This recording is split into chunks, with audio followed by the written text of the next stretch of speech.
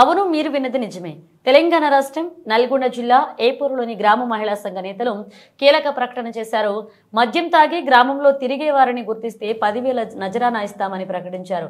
ఇటీవల ఓ యువకుడు మద్యం తాగి రోడ్డు ప్రమాదంలో మరణించిన ఘటన తమను కలచివేస్తున్నట్లుగా పేర్కొన్నారు. ఈ నేపథ్యంలో మద్యం విక్రేతలకు 1,00,000 మద్యం తాగిన వారికి 20,000 జరిమానా విధించనున్నట్లుగా గ్రామ పెద్దలు నిర్ణయించారు.